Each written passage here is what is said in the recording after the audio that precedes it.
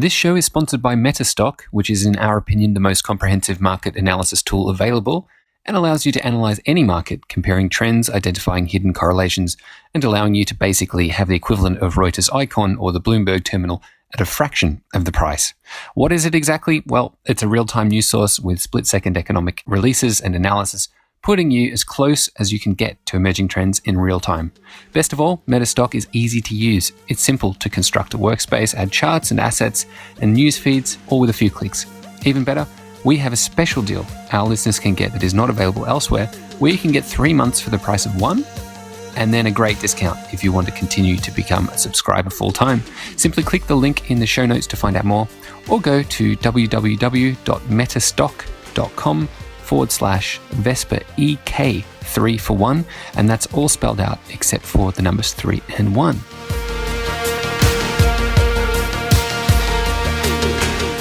Hello and greetings. My name is Lucas Ginello, and I'm honored to welcome you to episode number 4 of the Vesper Capital podcast, where we find the smartest investors, entrepreneurs, hedge fund managers, traders, people who are outstanding in the world of finance and investing, and interview them on what made them successful so you can shorten your development curve to becoming better at managing money and growing your wealth. Today, Vesper Capital co-founder Jon de Wet is speaking with a chap by the name of Michael Berman. Mike is currently the CEO of online emerging money management incubator platform called Psyquation. And before that, he's had a string of accomplishments behind him, such as managing a hedge fund for more than a decade, being a director of a public company when he was in his 20s. He's worked for a number of leading South African investment banks as well. Mike has a Bachelor of Commerce, a Masters of Science, and a PhD in Economics Behavioural Finance. Now, in the interests of full disclosure, but also to tell you a bit about Michael's current company, we started working with Psyquation recently when we realized how important it was to ensure we were keeping an eye on the total and historical real-time risk exposure on Vesper Capital. In brief, Psyquation takes traders' goals and provides live feedback on how their strategy is faring against those stated goals. Everything from style drift to exposure to, in our world, portfolio risk. Mike's business is now moving into fund allocation and aids fund managers in allocating their capital based on behavioural and quantitative performance of traders in the Psyquation pool. I won't go into the metrics and so forth here, but I will say that it's the most impressive thing we've found by far, and it's really opened our eyes to managing risk effectively and to ensure that we're putting together a fund that is going to weather choppy markets and ultimately be successful in the long term. In this episode, Jon and Mike touch on things like different trading styles and which ones in particular that Psyquation deals with, the differences between retail or home traders versus professional traders, technology used in trading and where it's going, the biometric feedback that Mike's currently working on, which is very exciting, conventional wisdom versus what the evidence shows you have to be profitable. And they also speak about the Psyquation business and what it does specifically to help traders. So without any further ado, I present Vesper Capital's Michael Berman interview.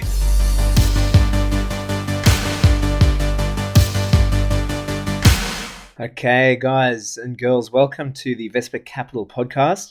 Really great to have you here. We've got a fantastic person on the show, someone who's been very instrumental in providing us with some advice, both as a fund and in terms of vetting traders and what to look for in the industry itself. Now, Michael Berman is our guest today. Welcome to the show, Mike. Great to have you here. Thanks, Jonathan. Good to be here. Perfect. Look, I just thought we'd kick it off. Michael's the kind of reason we got in touch with Michael is because of his new startup, Psyquation. And I'll just ask you, Michael, what's been your journey to this point, and what actually led you to start Psyquation? Jonathan, that's a loaded question, and there's a lot to unpack with that. So you might need to sit back. It's not a story that came up overnight, but sure. I think the first thing I'd like just to comment on, it's quite interesting that we have 2 ex-South Africans here. I'm not sure how long you've been in living in Australia, but I'm almost 9 years, so I think you've been here a little longer than me. Yeah, I've been here since about 89, so I came over when I was about 6 years old. So, wow. But I get back as much as I can still. Love the place. Okay, well, I just want to add to that that rivalry between, I know you're based in Melbourne and I'm in Sydney, so today is an absolute glorious day. It's 5 o'clock, just after 5 p.m. And I'm actually, straight after this podcast, I'm going to go and have a surf in the glorious sunshine. So I thought I'd rub that in. Yeah, thanks, Mark, because because I'm here freezing with the heater on still. It's not quite summer here in Melbourne just yet. Okay, well, so let me go back to the beginning. I'm going to go back quite a far way to when I was 13, because being Jewish, 13's the rite of passage year for a Jewish boy becoming a man. And typically what happened in my case is I received, for a 13-year-old, quite a lot of money for my bar mitzvah. And my trading career actually started then, because my mother was the trader in the family. My father was an industrialist working in industry, and my mother had a knack for the markets. Okay. And I recall my very first share that I bought. It was a company called Samancor, which was a manganese mine, and I don't know, I did really well, and I was hooked. So basically, throughout my high school, I was dabbling in the market. So that gave an inkling to my career that would land up eventually being in the markets. But Sure. I did take a little bit of a circuitous route to get to where I'm at right now. And I think if that's okay with you, I'll give you the full. Sure, Michael, thanks. Go for it.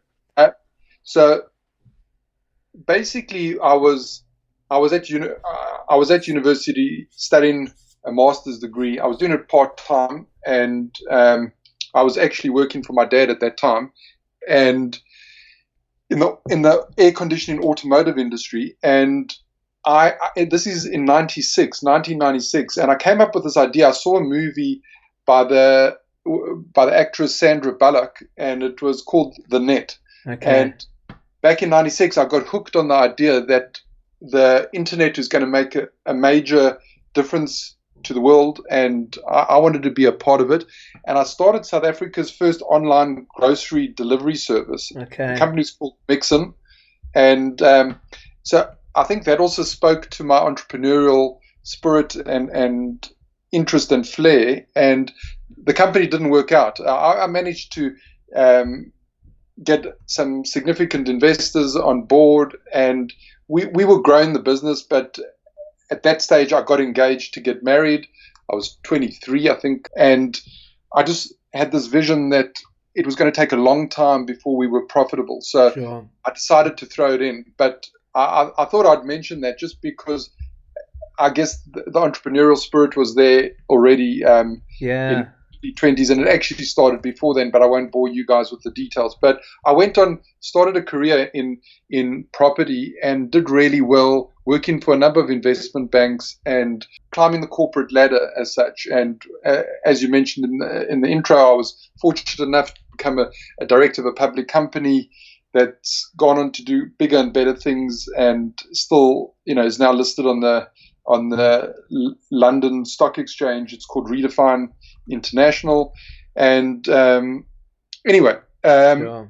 while I was doing all of that, I had this notion that we were in the property market, and that eventually things would turn, because the property cycle is very closely correlated to the interest rate cycle. And I thought, we're a public company and we're doing really well now, but we're under pressure to always increase our earnings. And what's going to happen when the interest rate cycle turns? Little did I know back in 2001, 2002, that we're in this major secular bull bond market, and that interest rates were actually going to come down even further. So, and it's been a very, very long cycle, but I became nervous that we would be under pressure and interest rates would turn. So I thought of this idea of setting up a long-short hedge fund in the real estate space. And basically, that's when I became a full-time trader back in 2002.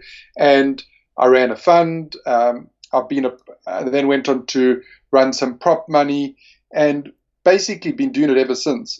But fast forward over a decade, coming to Australia, I came to Australia and I was trading some prop capital. For those who aren't familiar with proprietary capital. So I was trading some of my own capital and another wealthy individual who had given me some money to manage for him. And the GFC struck here we came end of 2007. So I was fortunate. I was short the market and I was leveraged short. So I did really well. And while everyone was crying and burning, things were pretty good for me. So awesome.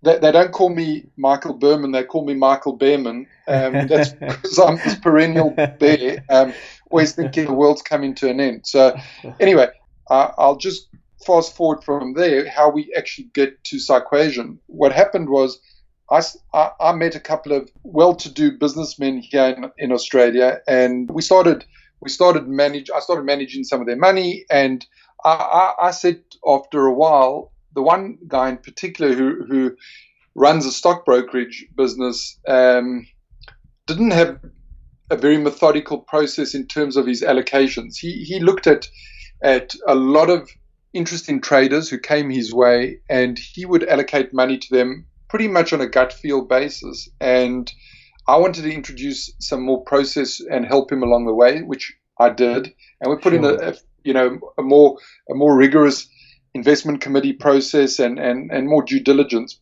and more systematic approach to the allocation of money. And while I was doing this, I had a team of quants. They were based in the Ukraine, 2 mathematicians, 2 PhDs in maths, Vladimir Kruglov and Eugene Olin. And they'd been working with me, or they'd been working at that stage for me for a number of years. And we came up with this idea of creating an online incubation platform for traders, and companies called Rapper. And our point of difference was that we would allocate money to traders if they scored a reasonably high score according to our algorithm, which, without using fancy words, it was a super duper sharp ratio. Pretty complex. Sure. We're very proud of that particular Rapper score. It's a multi-factor model. I don't want to go into too much detail on the technical side. It might bore your guests to tears. No. But it was definitely a metric that had value in identifying traders and their ability to continue to produce returns. So while we were running Rapper, we launched some funds, and we had the opportunity to learn a lot about the industry and see thousands and thousands of traders' equity curves and do further research. And we were approached by an American firm that was looking at a very similar idea to what ours was, but they lacked the technology. And what we decided to do was give them a white label to our product, and we took equity in that business. And that freed me up to go and do something else I wanted to do. So the idea for Psyquation came along when a very large brokerage firm approached us during my Rapper days and said, could you make our traders profitable? And we said, no, we can't, because if we could make your traders profitable, especially given the industry, how hard it is to make money trading the FX markets, we wouldn't be giving it to you. We'd be printing money ourselves. But I thought about it, and I came back to them and I said, while we can't make your traders profitable, we definitely can make your traders more profitable. And the reason I said we could do that is by identifying where your traders make mistakes. And if we are able to eliminate as many mistakes as possible, we'll be able to deliver on our thesis that by eliminating mistakes, you'll be more profitable. So that was the genesis of Psyquation. And Psyquation stands for psychology and equations. I take care of, let's call it, the psychology side of the analysis, whereas my colleague Vlad, who was my partner at Rapper, has come across, and the two of us co-founded the business, and he is a PhD in maths, and he handles the equations. So the two of us have worked together for now 6 years, work really well together, and we now have a company called Psyquation, which its main purpose for existence is to make traders more profitable. And we are able to do that, we believe, by identifying where traders make mistakes.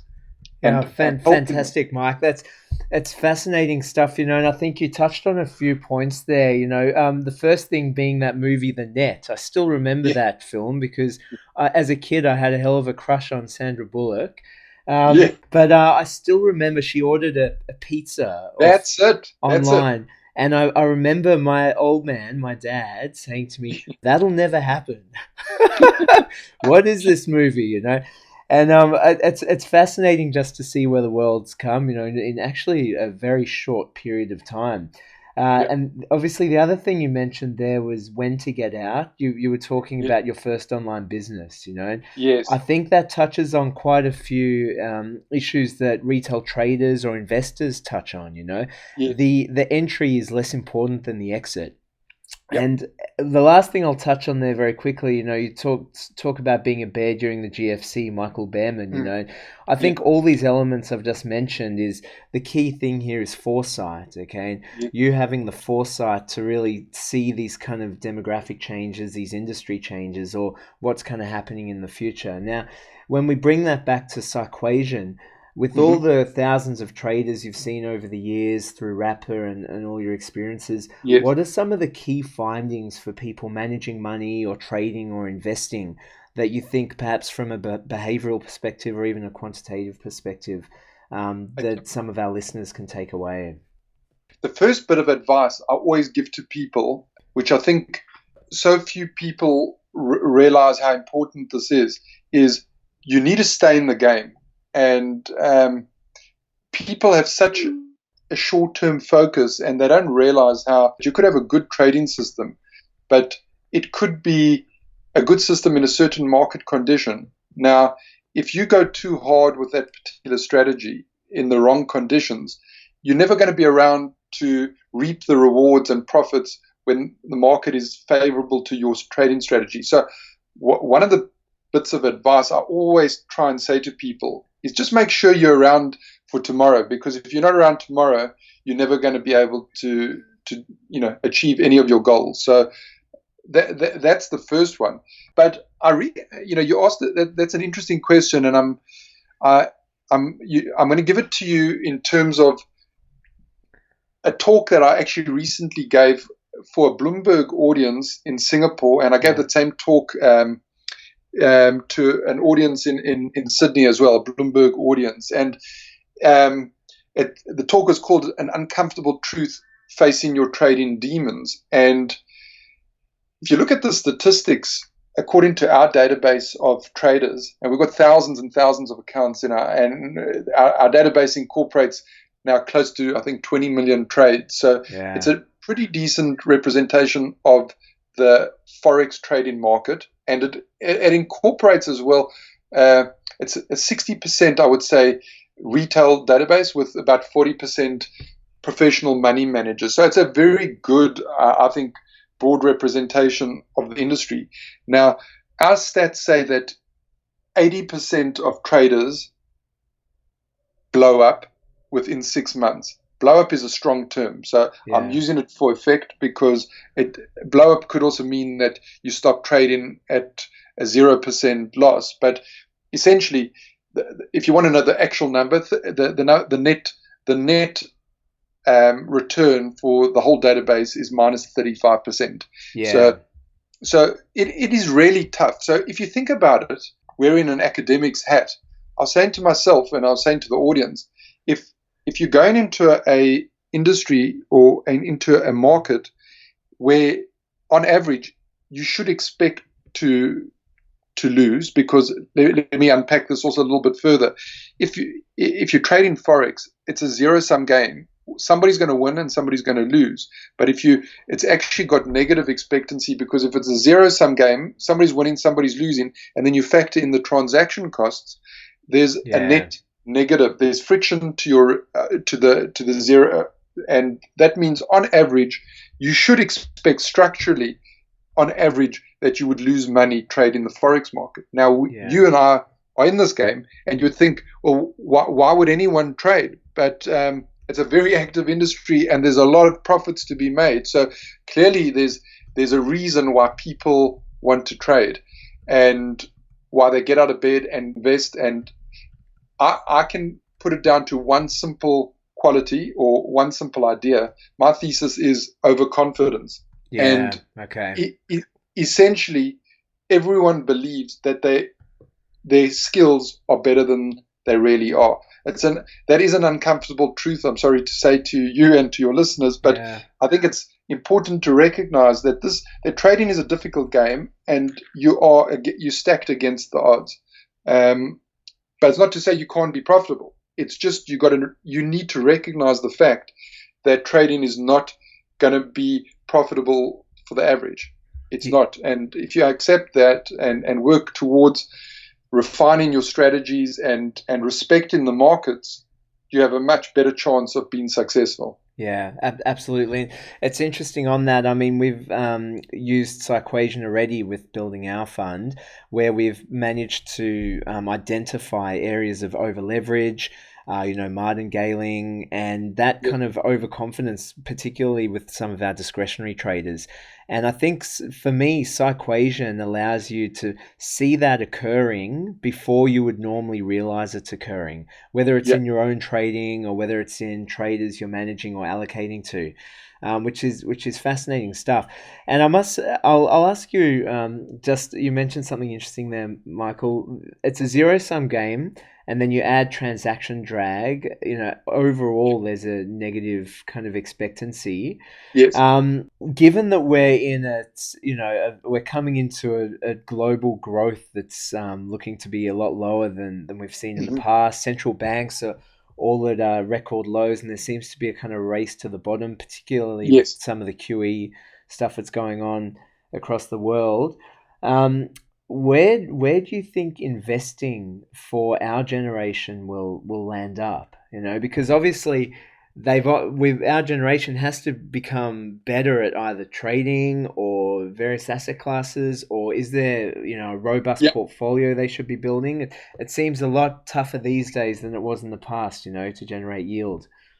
Absolutely. So, I mean, first off, just to give a global macro or my perspective, and clearly I'll be in the minority in this regard, but as let me call it as a minor scholar of the Austrian School of Economics, all this QE and government intervention, in my opinion, is screwing up, has screwed up the markets, and has probably screwed up the future retirements of many people. It's going to be felt for decades and generations to come, in my opinion. What the irresponsibility, the recklessness that's currently taking place from central banks through governments, and I'm actually quite angry about it, because bankers who were let's say the architects of the meltdown are not only not facing any consequences, but they're actually being rewarded and are prospering from the bailouts that have followed, and that doesn't feel right. So call me angry with regards to that, but you raise what's going to happen, because we had ultra low interest rates, and we could be at this point for a long time to come. So there's a great market strategist, economist, and I would call him author as well, James Rickard, who's written a book called Currency Wars, and a number of others. He's actually got a new one coming out. I can't remember the name, but that's coming to the markets very shortly. But I would say like this, is that we are definitely going to be experiencing a very interesting currency dislocations around the globe. And while I'd like to say to everyone, become currency experts and traders and all that, that would be reckless also, because it's not designed for everyone to make money like that. Well, let me say it like that. Let me rephrase that.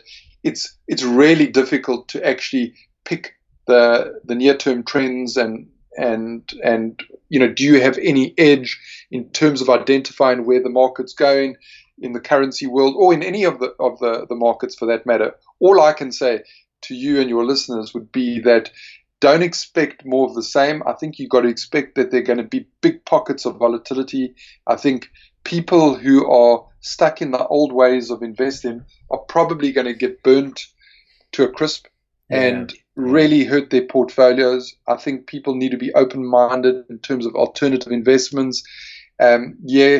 A bull market that we've just currently witnessed, let's call it in the Dow and the S&P 500, and across other global stock exchanges has led to complacency. People forget about hedging towards the downside when it's a bull market. What's that saying goes? The rising tide, floats all ships, and so on and so on. So if I could leave everyone with one word of caution, the Berman says expect volatility. Absolutely. And, it's interesting, Michael. I think we've seen that just, recently. We've had a few months ago, we had the BOJ spikes going on in, Yes. in many of the asset classes, equities as well as FX. We had the sterling, the pound crash. And I mean, these are all, elements of the market that seem to be happening more and more. And coming back to your key findings, over leverage, over confidence, right? I think it doesn't matter what market you're in. If you're over leveraging and you've got a sense of overconfidence, even if you're $1 billion hedge fund manager, those kind of elements will inevitably lead to pain. Yes. Unfortunately. But I guess coming back to your business, Psyquation, Yes. Psyquation is taking what has been a market where 95 or so % of retail traders fail, and it's actually giving them foresight into how their trading is happening in real time.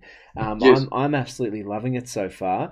On the traders themselves that are making money, have you found that any trading styles lead to more success than others, whether it's fundamentals, technicals, short term, long term, or if I can unpack it even deeper, whether certain personality types tend to fare better in this market? Yes.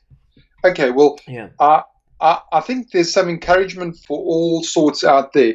I don't think there's any one particular style or strategy that is the only one that will make money in the markets. What I think you can appreciate is that people who are discretionary and are good discretionary traders typically are making money, and they'll go through their pockets of difficulty, but by and large the market hasn't shifted to the extreme that you can say, well, look, if you're not trading a systematic strategy, you've got no chance of making money. I don't believe that. So once again, I think it comes back to more about the person and their approach to money management and their approach to deploying their strategy. If you're running a systematic strategy and you are, let's say you are extremely dependent on speed. Yes, if you don't have good systems with great speed, you just got no chance of competing against other players who are trading for speed. So if speed's your game and you got an edge, then you can win at that. And if speed's not your game, if you're a longer term trader, you position yourself accordingly that if you're wrong, it's not the end of the world and that you live to fight another day. You can make money that way. So I'm being very general in it because I think what I'm seeing is across the board, it's many different kinds of strategies are guys that are making money. But I do want to just add, because I feel like I owe it to the retail public, let's call it that they should realize that martingale strategies per se. And let me just explain what a martingale strategy is for you and your listeners. When you put on a trade and let's say it moves against you, you double up and you keep doubling up.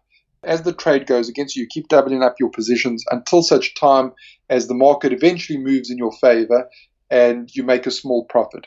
These kind of the strategies create this illusion of control. And it's very easy to start off with, let's say, a point, a micro lot, with trading one micro lot. But before you realize it, if things move in a strong way against you and you keep doubling up, you will eventually mathematically, it's a mathematical certainty, you have a finite amount of capital in your account, you will eventually run out of money. And you'll have this massive position on, and if it goes a tiny bit against you when you've loaded up to the full, you can be blown up. So what happens typically is martingale strategies are very alluring to the investor because 9 out of 10 times at an end of day kind of level, the martingale traders are profitable. So it like just feeds that ego. You keep stroking your ego that you're making profitable trades, except for the one time or the 10% of times that you don't, you actually blow the whole bloody account up. Yeah. And you feel like a real, I was going to use a strong word, but you feel like a real idiot. Yeah. So I don't want to say that martingale on its own is bad, but a form of martingale, you still need an edge. If martingale is your edge, you will blow up and you won't make money. And I've got the statistics to prove it. I'll just leave you with these statistics that according to our database, the median return of our traders who don't trade with martingale is they lose 15%, because we know that on average most people lose. So they lose 15% if you don't trade with martingale. Yeah. The ones that actually trade with martingale, the average loss is 60%.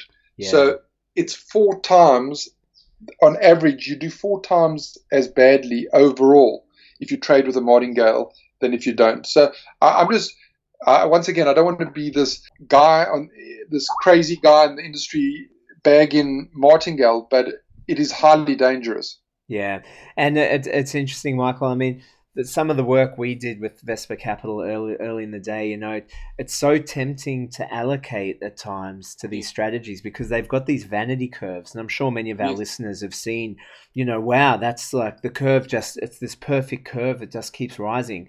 And I have to say, a few of the trading teams that we were vetting early in the piece have blown up since. It was either the sterling move, or it was just a minor economic report that they were way over leveraged on, or ultimately you can only double up so many times before your entire account balance is gone.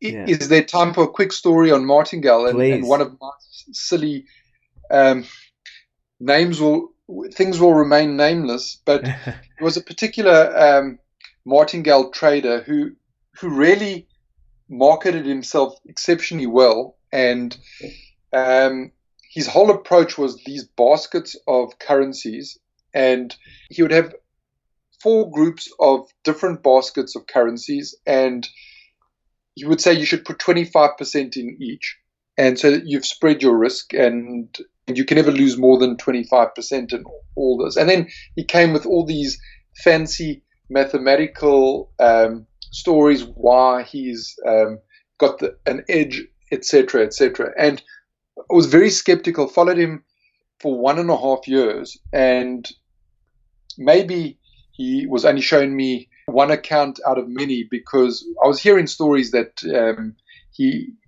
many of his clients had accounts that blew up and all the rest of it. So we said, you know what, we're going to allocate 1% of our fund to him. But because his returns were so interesting, we decided to do it with leverage. So we're allocating 1% of our capital, but with leverage. Now, I don't need to explain, and we had, I think, the number escapes me, but let's call it, we were trading 10 times what his baseline was. So we wanted to trade it with a lot more leverage. Yeah. Now, before we knew it, I don't know if we had put the correct limits on our account thresholds to avoid getting excessive leverage and all those kind of things. Before we knew it, his baseline account had already, had gone to, let's say, it was about 4 or 5 trades. But if you're looking with exponential multiplications, etc., before we knew it, we had 300 lots open on the QE, and it was a massive position, which we ended up having to cut at a bad time. But we realized very quickly all our alerts were eventually going off. We didn't have like a system threshold in the actual trading execution, but our analytic tools, many of which are in terms of our risk measures, are being applied within the Psyquation software. And before we knew it, we had this massive loss, and I can assure you it was more than 1% of the fund in the end. So we thought, we were very clever. Martingale is really bad.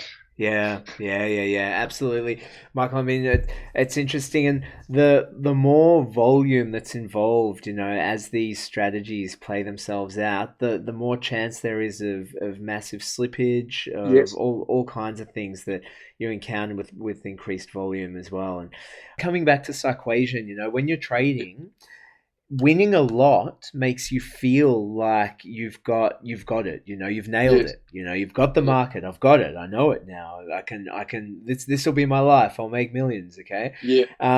But the problem is eventually you get the downside with those kind of strategies. And ultimately for me, many of the most successful strategies and traders and investors I've seen in the past are the ones that are able to take loss after loss after loss, but Yeah. minimize the leverage and minimize the loss so that when they do hit it on the head, hit the nail on the head, they get that hell of a big winner, that pays the salary for that year, as an example.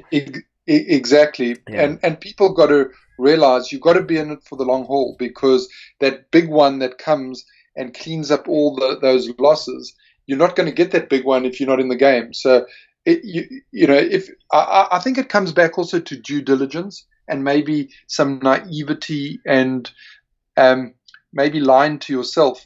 You think, okay, I'm going to give up my day job and I'm going to become a full-time trader. And you say, okay, I'm just going to take this as a number. You say, I'm going to stick $100,000 into my trading account, and I'm going to make 100% return. My target is to make 100% return because I need $100,000 to live, and you think, okay, yeah, I can make 100% return, and off you go.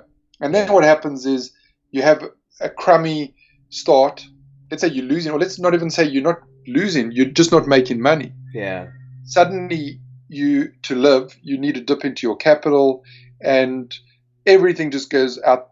All common sense goes out the window, and you become reckless. And now you've drawn down on your 100,000. You're down to 70 because you needed 30 to pay some bills, and now you need to make a lot more than 100% to make that 100,000. And so the story goes. So if you go, a lot of the failure, in my opinion, is just having the wrong goals and being unrealistic. If you set unrealistic goals, you're almost destined for failure from the start. And with the Psyquation software, we require you to make there are two inputs that you make into the software. That's all you have to do for it to kick into action. And the one is, what is your goal? And when you log into the Psyquation software for the first time, it asks you, what is your goal? And it won't let you go forward until you tick 3 boxes, and those boxes are designed to try and bring some reality into your framework. So it kind of calibrates what your goal is against our database, and we kind of say, oh, do you think you are in the top 1% or the top 5% of traders over the last 5 years? And if you've never traded before and you tick that as your goal, that's clearly been unrealistic, and you've probably just set yourself up for failure already. So anyway, I guess I should just say there were 2 parameters. I said one was what's your goal. The other one is what you're prepared to lose. And those are the only 2 things that you're required to make the Psyquation software kick into life. I don't know how we're doing for time, but I was wondering if I could just share with you one of the new, let's call them business developments that we are launching within Psyquation. Yeah, I'll go for it, Michael. We've still got time, for sure. Please. Okay. So there are 2 things I wanted to share with you in terms of, I'd like to discuss our allocations business, and then I'll touch on where I think the future may be in terms of some new and funky ideas that we're working on. But just to kick off, we are providing a platform for guys such as yourself, for businesses as yourself, to enable you as an investor to have the best tools at your disposal to make allocation decisions. And basically what we're working on, we're going to launch it. We've announced it, but we'll be launching it soon, is a new Psyquation score. And basically what this is going to be is a filter for allocators and for the traders themselves, if they want to see what a independent third party believes their trading is like. So the idea behind it is to simply score skill. And the question is, how do you define skill? And what we wanted to do is really empower people with some ability to identify and look through whether they're making mistakes or not. So let me try and express it a little bit better. If you've got skill, it doesn't mean you don't make mistakes. You could have skill and make lots of trading mistakes. So, for instance, you could have an edge in the way you identify entries and exits into markets, but you might be trading too big for your account size. So you're making a mistake on your money management, but it doesn't take away from the fact that you actually still have skill. So this is very empowering, because if you can identify that somebody has skill and they're effectively a rough diamond, all you need to do is polish up that diamond with insights into where they're rough, where they're making mistakes. So that is something that Psyquation will be launching, and it's going to be very useful, I believe, for allocators such as yourself and for traders themselves as well, if they want to see where they're going wrong and do they actually have an edge or not. So watch this space. I'm very excited about it. I think what we've learned over the years has all been buried deep into our subconscious, and we've been thinking long and hard about this for the last year. How do we make something special and give people deeper insights than they had before? So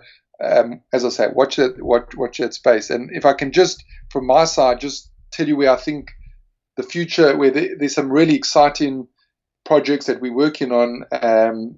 One in particular that comes to mind, just to give you guys a flavor Sure. of where technology is going and so forth. We're working with a Eastern European wearable device manufacturer, and they have manufactured a little wristband that not only detects physiological stress, but it also detects psychological stress. And this falls under the banner of behavioural biometrics. And we're very excited. We're going to be running a pilot project for a number of our traders. We'll be issuing them with these bracelets that you kind of put them on and you forget about them. That's the idea, and they're very organic to your daily routines. And we will then build up a data emotional profile of your day. And what our hope is to find some correlation between trading performance and your mood or your psychological state, as described by this device. So that's exciting. We have no idea if it's going to work. I'm hopeful. A lot of the academic literature speaks towards mood and trader performance, but I'm of the opinion that it's a one size does not fit all. You can't say that because somebody is stressed that they're going to trade badly. Because take Usain Bolt as an example. I like to use him as an example because, in my opinion, he's just the most supreme athlete. You bring on the stress, he will perform. He's one of those guys who absolutely thrives on stress. So, to say to a trader who is thriving on stress that they shouldn't trade today because they're registering high stress levels, it's very important that our data calibrates each individual. And as I said, one size does not fit all, in my humble opinion. And it's the same when we look at different behavioral biases that exist in the marketplace. People love to say that the disposition effect is bad for you as a trader. The disposition effect, just so for your listeners, is that when you cut your winners too quickly and you allow your losses to run, logically, that intuitively you would think that's bad. So, and it is bad. To let your losses run and cut your winners too soon is bad. But it doesn't mean it's bad for everyone. And I think that's the point. The behavioral economics and the behavioral finance world loves to highlight these biases and just give you a whole blank, this bias is bad for you. Well, it may be bad for most of you, but not everyone. And it's important to try and decipher whether somebody displaying a certain bias is actually at a disadvantage or not.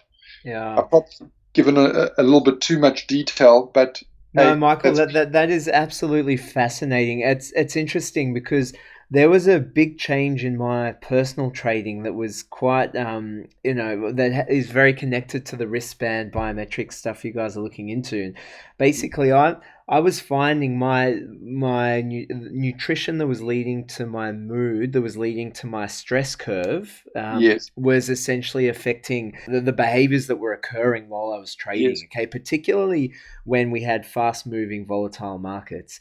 Now, yes, I actually started recording myself as I was trading, so yes, that when something would happen, that I would then go back and look and say, what happened there? This is out of my general trading curve. This is out of what I would normally do, according to my trading plans and my strategy.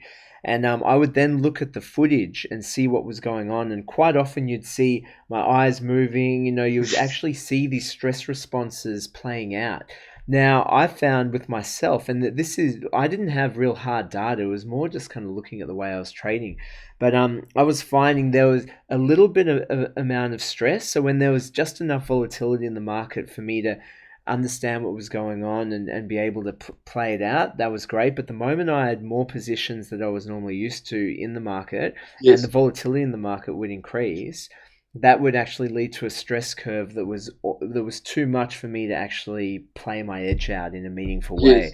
And I tell you what, when that wristband comes up, put me on the list, Michael, because Okay, that's well, exactly what I would. we've just allocated our first wristband to. Okay. Well, actually, you're behind myself, Dave, and Vlad. So Yeah. you're number 4. Perfect, man. Honestly, I think that's a fantastic idea. And it's I think even we're talking almost in the discretionary trader realm, but I really feel, algos, we haven't even got onto that, but algorithmic and systematic trading, there's always a form of discretionary overlay.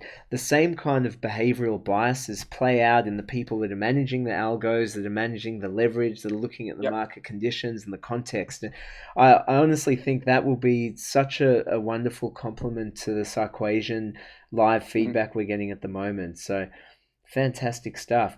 Michael, I'll just ask you another question here. Yes. We're talking about essentially how to improve our trading performance, improve profitability in the retail trading space.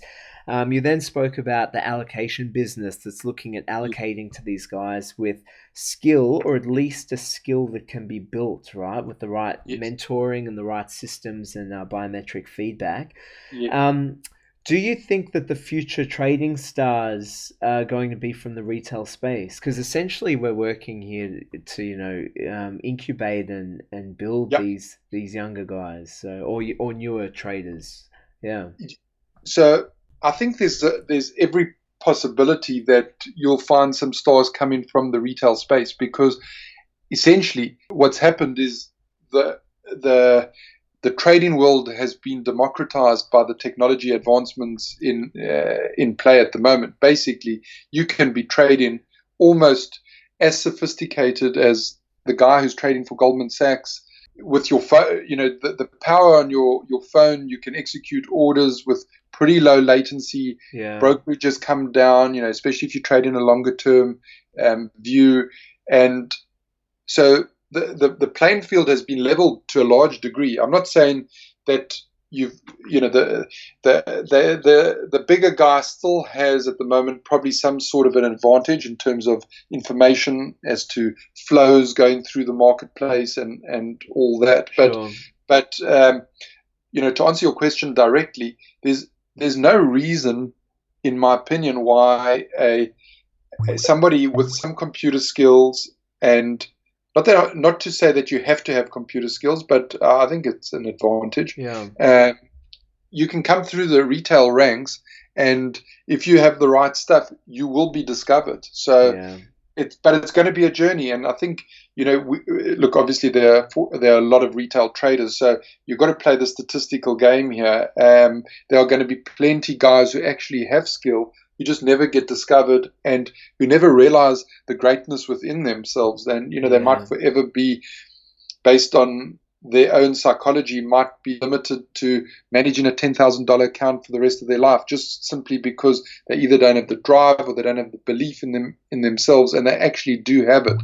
So, and vice versa, that you might have the case where you've got a terrific trader who displays all these skills and has got all the hunger and all the right things, but he just can't find people to believe in him. And, it could be his destiny. And so, yes, if you look at individuals, there'll always be sad luck stories and it won't play out. But I honestly believe that it's a pretty level playing field. And if you've got the right stuff, on average, I think you'll be discovered. And before, and not to say that Psyquation itself is going to be doing the allocations. We want to be a platform that partners with guys like yourselves and others who are allocating money. And, we'll be able to hopefully play a part in the journey of people who are currently, let's say, undiscovered, or let's call them, novice retail traders who are starting out. And we'd love to be a part of the process where we've actually identified skill, helped nurture it, helped put them in touch with the right people to allocate money to them, and essentially turn them into a business that's profitable and thriving. And you, I guess, have been bitten by the same bug as me, which was many, many years ago, is that to be a professional full-time trader, I think, is everyone's dream. You get to do things that you wouldn't necessarily be able to do if you were on a job. But with it comes a whole heap of stress, and I think I must emphasize that, because unfortunately people tend to focus on all the glamour and the glitz and forget that it's a very, very solitary experience. Where everyone is going to go into drawdown. It doesn't matter how good a trader you are, you will be at some stage in drawdown, and it's a question of, have you got the right stuff to deal with the fact that you're losing money. And in some cases it could be a lot of money. And when you take the money and you start flashing before your eyes, I've just lost a Lexus, I've just lost a house in terms of money. Totally. You can do your head in. So it's not for everybody. Yeah, absolutely, Michael. And interestingly, you were talking before about the big players and the kind of retail space, and it's I've got an interesting take on this. I'm quite optimistic about where retail trading is at the moment and where it's going, because I think whilst the big players have information on flow and I guess in a sense more insider information in terms of the major bank flows and things. Yes. I think the retail trading at the moment, the transaction costs are lower than they've ever been. Yes. Liquidity is a hell of a lot deeper for the retail guys now. There are more and more honest brokers around, okay, that are there to see their traders succeed, okay, and obviously, they're partnering with businesses like Psyquation as an example, to build profitable retail traders or to make them more profitable. So they do have a customer lifetime value with these guys. And I think it's actually an amazing time to be trading and going through the journey, as long as you're sticking to those lifelong learnings, not over leveraging, not taking your winners too early, and all the key things that you need to learn in the early days before you actually do have the opportunity to take on bigger allocations and trade larger money and chase the dream, so to speak. Yes, I'm in full agreement with you. If I could just say one thing further about Psyquation, the software is free, and while we don't give you an edge, I'm quite emphatic when I say that in order to make money in the markets, you need to come with your own edge. And that's, you need to have done some research or learned along the way how to trade. And Psyquation, what it does for you is it's a money management overlay. And it's like having, I call it a robo trading coach. It's someone there who's got no ego, who's got no vested interest in telling you to do this or to try and make you feel, to try and win an ego argument with you. The software is it's a machine, and it's simple goal is to help you make more profits.